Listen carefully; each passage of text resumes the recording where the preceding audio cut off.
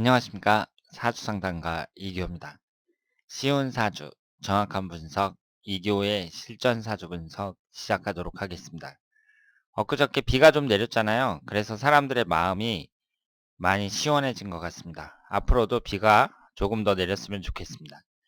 오늘 실전 사주 분석 주인공은 남자분인데요. 50대 남성인데 아드님이 신청을 해주셨습니다. 그러면 아버지가 어떤 사연을 갖고 있는지 한번 소개글을 읽어보도록 하겠습니다. 이규 선생님, 안녕하세요. 형제들과 할아버지 때문에 너무 힘들어하는 저희 아버지의 안타까운 사연을 소개해 드립니다. 제가 알기로는 형제 몇 분이 아기 때 요절하셨고 그중 건강하게 자란 3남 중에 저희 아버지가 둘째입니다. 아버지가 어릴 때부터 할아버지께서 장남과 막내만 챙겨주셨대요. 그래서 형과 동생은 대학도 가고 많은 지원을 받았지만 저희 아버지는 어린 나이에 뱀을 잡아 시장에 팔며 돈을 벌었다고 합니다. 그렇게 어른이 되어 결혼한 후에는 동생이 지인의 보증을 잘못 써는 바람에 생긴 빚을 갚아주고 철없는 형에게는 아무렇지 않게 수백만 원씩을 빌려주었지만 형은 고마워하기는커녕 계속 부모 재산만 더 탐내고 있네요. 게다가 할아버지께서 몇 년 전부터 사이비 종교에 빠져서 아버지가 속병을 앓고 계셔요. 얼마 전부터 아버지께서는 저와 동생 다 키워서 사회로 내보내면 자신은 산에 들어가서 속세와의 연을 끊고 싶다고 하십니다. 아버지의 사주가 대체 어떻게 어릴 때부터 일이 힘든지 앞으로 언제쯤 풀릴 수 있을지 궁금합니다.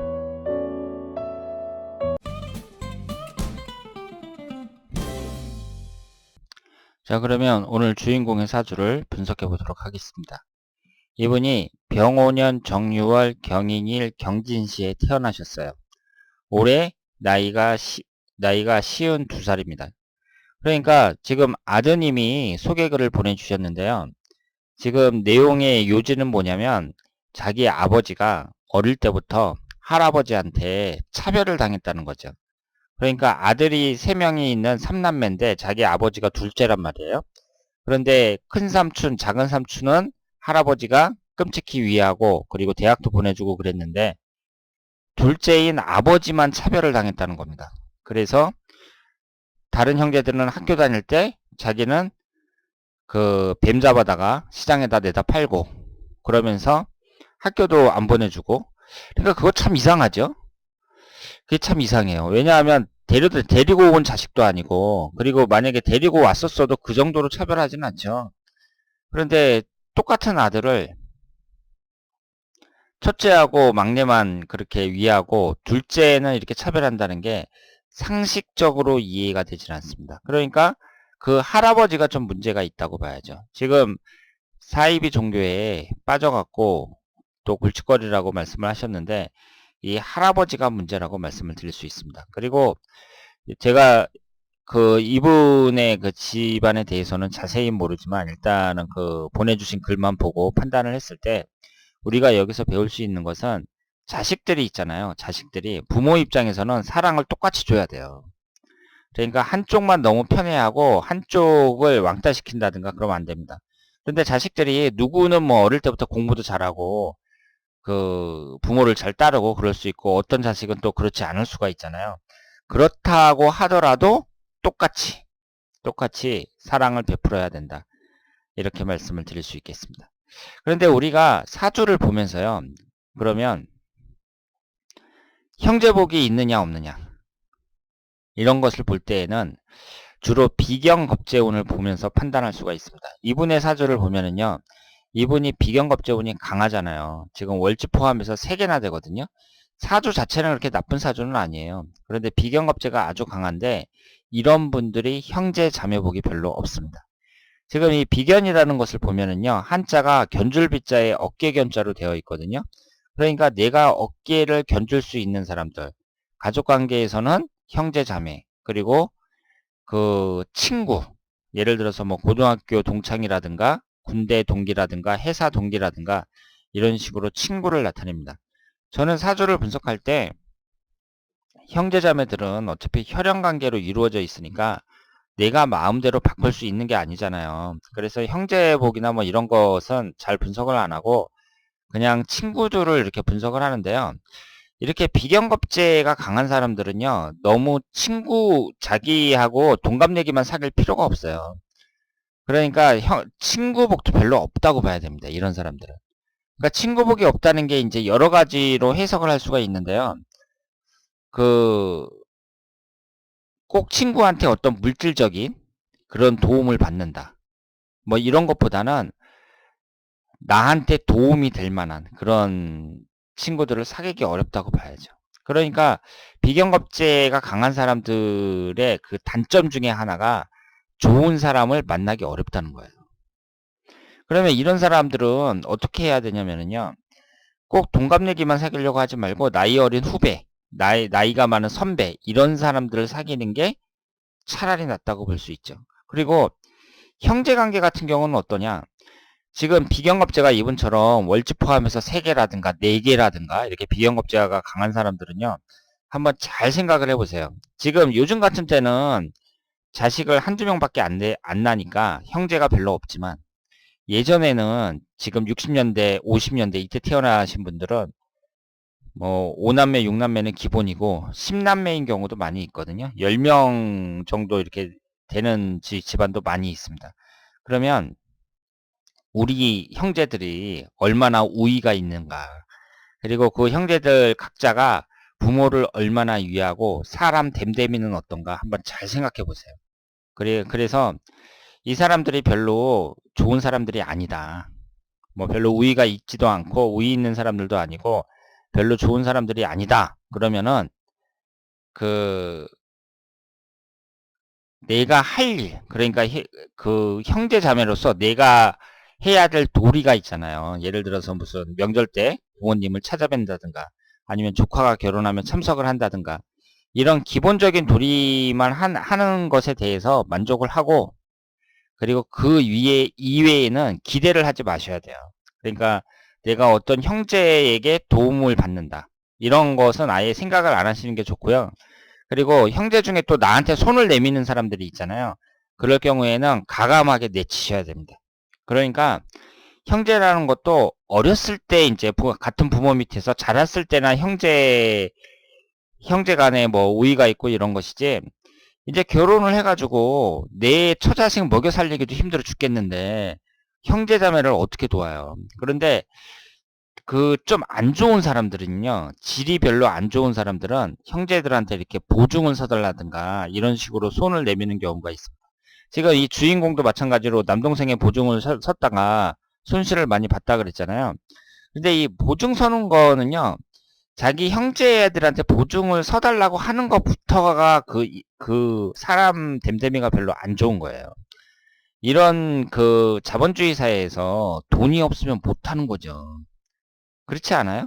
내가 무슨 사업을 하든지 뭘 하든지 간에 돈이 없으면 못 하는 거예요. 근데 그걸 하겠다고 굳이 그 자기 형제 자매들 찾아가 가지고 보증서 달라고 그러고 결국은 그 피해를 형제 자매가 보게끔 만들잖아요. 그러니까 이런 짓은 하지 말아야죠. 그래서 내 형제 자매를 딱 봐갖고 형제 자매가 괜찮다. 사람들이 참 좋다. 그러면 괜찮은데 그렇지 않다. 그럴 경우에는 그리고 내 사주가 이렇게 비형겁제가 많다. 그럴 경우에는 형제들한테 너무 기대를 하지 마시고요. 내 할 일만 그냥 적당히 하시길 바랍니다. 그리고 형제들이 그 뭐 손을 내민다든가 그랬을 때에는 가감하게 쳐내셔야 됩니다. 그러니까 남남이나 마찬가지예요. 형제자매도. 형제자매가 어렸을 때는 형제지 결혼을 해갖고 이제 성인이 되고 각자 이제 가정이 있고 이런 상태에서는 남남이나 마찬가지입니다. 오히려 그 형제자매가 남남보다 못한 경우가 많죠. 그러니까 이분 같은 경우에도 형제라는 게 이제 같은 형제라는 거 그거 외에 지금 그 아버지 이분의 그 마음이 그거 아니에요. 자식들을 이제 그 다 성장시키고 나면 산속에 들어가고 싶다. 그 얘기잖아요. 그러니까 얼마나 괴로우면 그런 생각을 하겠어요. 그러니까 형제자매라는 것도 남들보다 못한 형제자매가 대단히 많다. 이렇게 생각을 하시길 바랍니다. 그리고 딱 결혼을 하잖아요. 결혼을 해갖고 내 가정이 딱 생기면 내 가정이 먼저예요. 내 가정이. 그러니까 내가 이제 내 가정을 꾸려나가는데 어떤 피해를 줄 만한 그런 일이 벌어지면 안 되잖아요. 그러니까 나도 지금 먹고 살기 힘들어 죽겠는데 뭐 동생이 와가지고 보증을 서달라든가 뭐 이런 게 있으면 그 절대 해주면 안 되죠. 그래서 특히 지금 이분처럼 이렇게 비경겁제가 강한 사람들, 이런 사람들은 자기 형제에 대해서 한번 심각하게 생각해 볼 필요가 있다. 이렇게 말씀을 드리고, 나이가 한 50 정도 됐을 때요. 50 정도 됐을 때 이렇게 비경겁제가 강한 사람들이 지지가 충이 발생한다든가 서명살이 발생한다든가 이런 경우가 많이 있거든요. 그럴 경우에는 그 정도 나이 됐을 때는 이제 부모님이 돌아갔을 때가 되니까 돌아가시면서 재산 다툼이 생기는 경우가 상당히 많습니다. 그러니까 그런 점도 주의를 하시고요. 특히 이분은 해당되지 않지만 진술충미, 이렇게 화개살로 이루어진 사람들 중에 형제 간의 분란이 상당히 많습니다. 그리고 이분 같은 경우는요, 신금이 들어올 때 지지가 인신충으로 깨지니까 신금이 들어올 때 좀 주의를 하시고요. 그리고 술토가 들어올 때 조심을 하셔야 돼요. 지금 이분은 화기운이 3개나 되는데 임목하고 오화가 있으니까 술토가 들어왔을 때 인호술 화국이 형성이 되거든요. 그러면 여기에서 화기운이 3개나 되는 기신인데 관성운이잖아요. 그러면 화기운이 강하게 형성이 될 때, 그때 나에게 안 좋은 일이 생길 수 있다고 봐야죠. 그러니까 관성운이 강하게 작동을 하면, 관성운이라는 것은 나를 치는 것이기 때문에 내가 다친다든가 뭐 형제간에 분란이 생긴다든가 아프다든가 사업하다 망한다든가 여러 가지를 생각할 수가 있습니다. 그러면 이번 같은 경우는 내년이 무술년이잖아요. 내년에 인호술 화국이 형성이 되니까 내년은 조심하셔야 되고요. 그리고 신금하고 술토가 들어올 때 조심하라고 말씀을 드렸으니까, 지금 여기 보시는 것처럼 63세 무신년하고 그리고 65세 경술년, 이럴 때, 이때를 특히 주의하셔야 된다. 이렇게 말씀을 드릴 수 있겠습니다. 자, 오늘은 아드님이 신청을 하셨고요.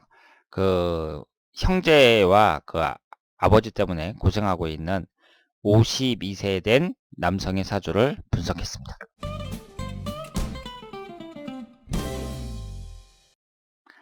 자, 오늘은 52세 된 남성의 사주를 분석해 봤습니다. 형제 자매에 대해서는요, 어렸을 때에는 부모님 밑에서 같이 자라는 형제들은 그때가 진짜 형제고, 이제 나중에 성인이 돼서 자기 가정이 있을 때에는 형제들보다는 자기 가정을 먼저 위해야 된다. 이 점을 말씀을 드리고 싶습니다. 그리고 사주에 비경겁제가 너무 강한 사람들, 그러니까 월지 포함해서 3개 이상 되는 사람들, 이런 사람들은 자신의 형제 자매에 대해서 한번 둘러볼 줄 알아야 된다. 이렇게 말씀을 드리고 싶습니다. 자, 오늘 이교의 실전 사주 분석 여기서 마치겠습니다.